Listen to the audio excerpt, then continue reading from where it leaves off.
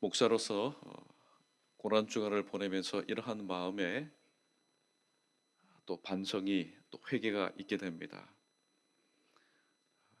하나님께서는 우리를 위해서 또 우리를 향해서 변함없이 또 사건마다 시간마다 상황마다 한 번도 우리를 떠난 적이 없고 우리 눈에 보이진 않지만은 늘 우리 곁에서 때로는 우리 앞에서 때로는 우리 뒤에서 든든하게 때로는 우리 안에서 내주하셔서 저희와 함께 하셨습니다. 그러나 오늘 우리의 모습은 어떻습니까? 사실 시간마다 나 같은 죄인 살리신 주님의 그 크신 은혜 감사 감격 감독하여서 이 자리를 가득 채우며 위로는 은혜 베푸신 하나님을 기억하면서 신앙생활하는 그것이 옳은 일인데, 사실 한 주간만 정해놓고 이렇게 모여서 기도하고 또 부활주일 이후에는 또다시 삶의 현장으로 돌아가는 우리의 모습들, 어떻게 보면은 시대마다 또 시간이 흐를수록 이벤트성이 되어버리는 이런 절기를 바라볼 때에 주님께서 베푸신 그 은혜에 우리가 얼마만큼 또 무관심하게 소홀히 지나가는 것을 바라보게 됩니다. 그래서 특별히 이번 기간을 통해서 두 가지 깨달은 것이 있습니다. 하나는, 맞다, 주님께서 부활하신 날은 정해놓은 그 절기만이 주님이 부활하신 날이 아니라 매 주일마다 주님께서 부활하신 날임을 기억하고 제자들처럼 예수 부활하셨다라는 것을 증거하는 삶을 살아야 되겠다. 그 다음에 첫째 날 제가 강조하고 또 강조했습니다. 이제는 시대가 그렇게 자꾸만 믿는 사람들의 마음과 시선을 빼앗아 버립니다.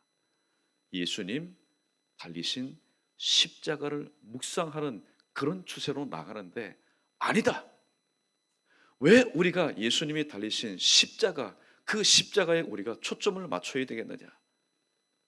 신구약 성경을 통틀어서 하나님 외에 법궤라든지 하나님 외에 다른 것을 하나님처럼 바라보고 하나님처럼 섬겼을 때에 하나님은 그것을 이 지구상에서 또 그것을 동경하고 그것에 신앙심을 품었던 사람들 눈앞에서 하나님은 다 제거하셨습니다.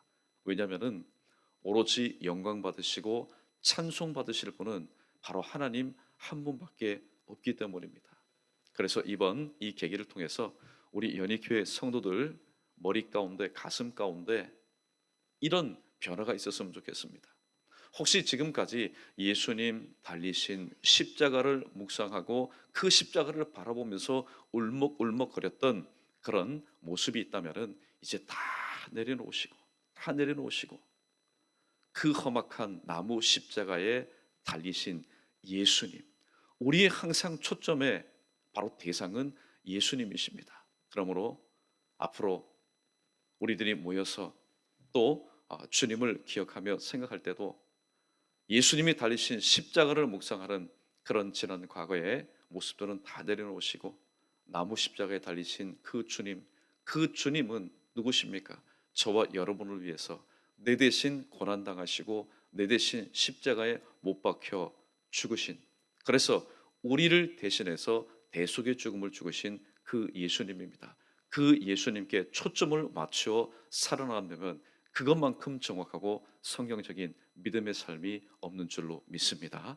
저희 연희교회 성도들만큼은 다시 한번 십자가에 초점을 맞추는 신앙이 아니라 나무 십자가에 달리신 예수님을 바라보면서 그 주님께서 때마다 우리를 인도하시고 또 우리에게 용기 주시고 말씀 주시는 은혜 가운데서 믿음으로 승리할 수 있는 저와 여러분 우리 모두 되기를 이 아침에 주님의 이름으로 간절히 축원합니다. 자, 오늘은 마지막 날입니다.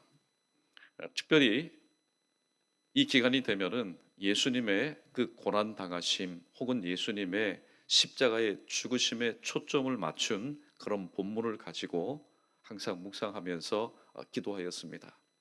그러나 그 예수님의 고난과 예수님의 그 죽으심이라는 그 사건, 그 한 상황에만 초점을 맞추다 보면은 전체적인 맥락, 왜 예수님께서, 왜 하나님께서 무엇이 답답하셔서 무엇이 아쉬우셔서 이 땅에 내려오셔서 그 험악한 십자가 위에서 죽으셔야만 하였는가?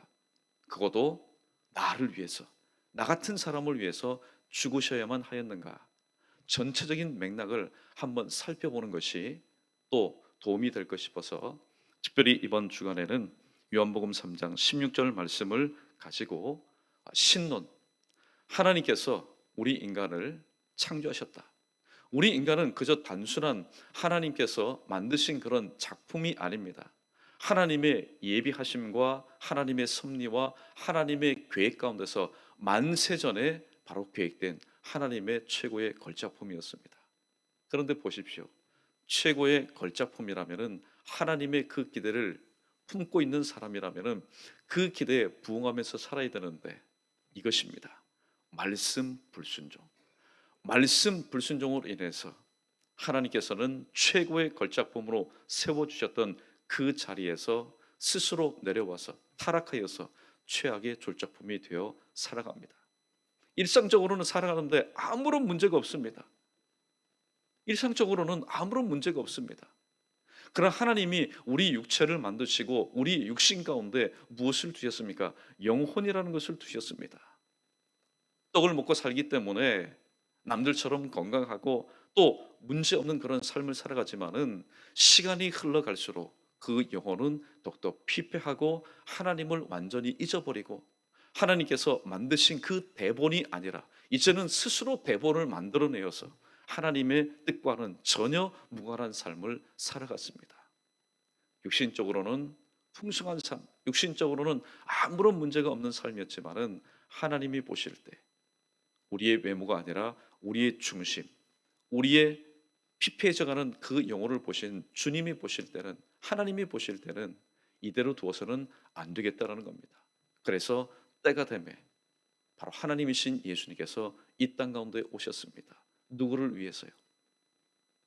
눈도 입도 귀도 손발도 심지어는 이 가슴도 마음도 머리도 모든 것이 죄의 바이러스로 인해서 영적으로 무감각해진 마비된 우리를 다시 한번 회복시켜 주시기 위해서, 우리를 구원시켜 주시기 위해서 예수님은 이 땅에 오셔서 그 험악한 나무 십자가에 친히 못 박혀 죽임 당하심으로 우리의 대속의 구원의 은혜를 이루셨던 겁니다. 우리는 이 사실을 믿습니다. 교회가 뭡니까? 예수님은 하나님의 아들이시요 또 그분이 나의 구주시라는 것을 고백하는 바로 저와 여러분, 우리가 교회입니다. 그런데 우리 교회, 저와 여러분의 앞으로의 삶의 모습은 어떠해야 되겠습니까? 그저 한번 모였다가 나 같은 죄인 살리신 주님의 은혜 고마워, 주 달려 죽으신 십자가, 그저 부를 때에 한순간 한때 마음의 뭉클함을 통해서 그래, 주님이 나를 위해서 십자가에 못 박혀 죽으셨지, 나 주님 위해서 이제 살아야지.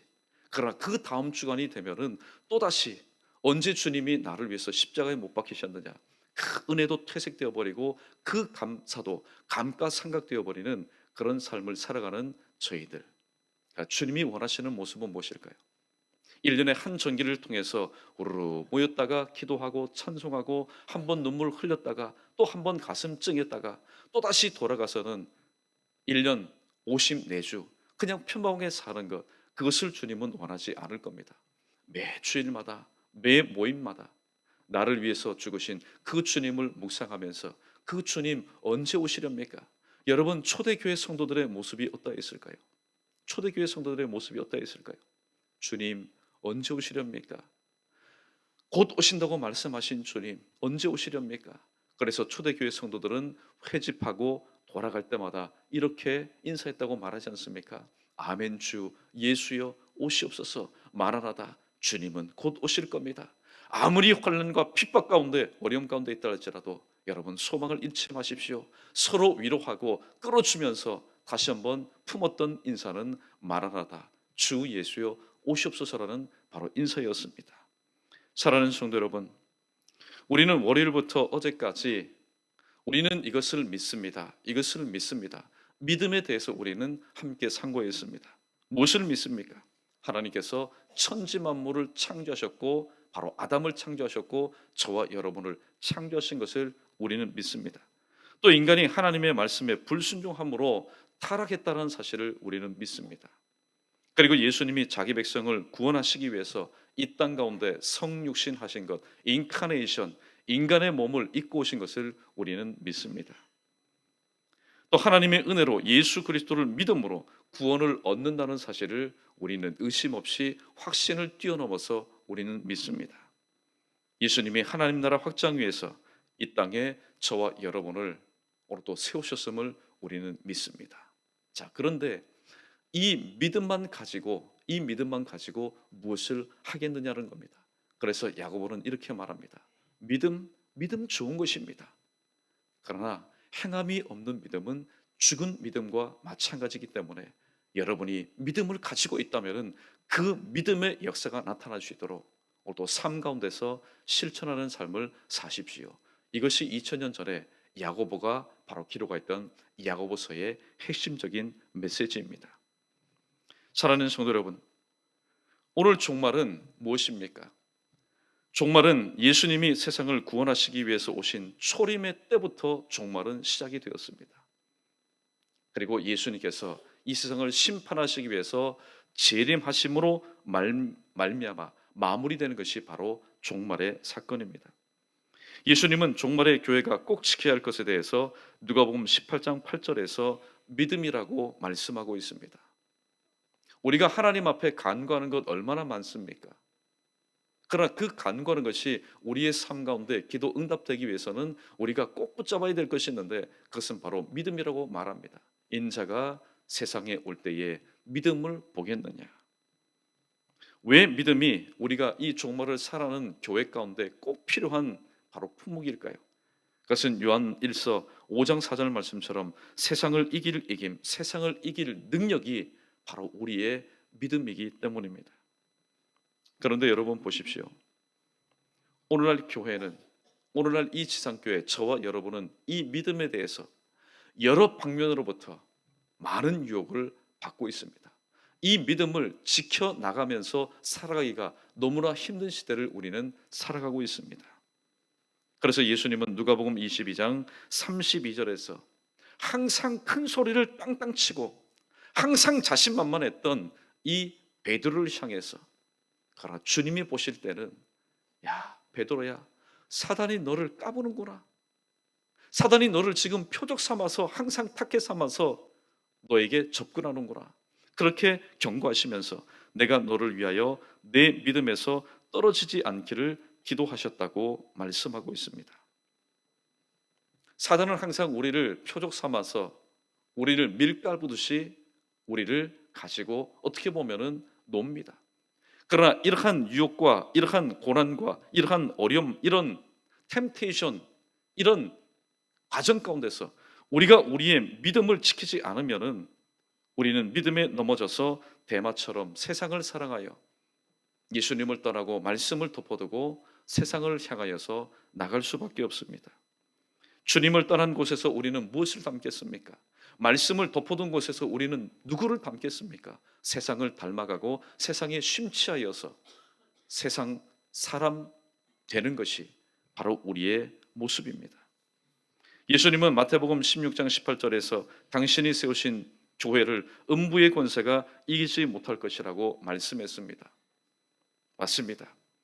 예수님이 세상 끝날까지 함께 하시고 범사에 동행하시고 때마다 붙잡아 주시고 사건마다 우리를 보호하여 주시기 때문에 하나님 세우신 교회는 결코 음부의 권세가 이기지 못하는 것입니다. 예수님은 기록된 말씀처럼 나무 십자가에 못 박혀 죽으시고 많은 유혹이 있었습니다. 또 많은 고난이 있었고 많은 환난이 있었지만은 말씀대로 그 말씀을 응하시기 위해서 3일 만에 부활하셨습니다.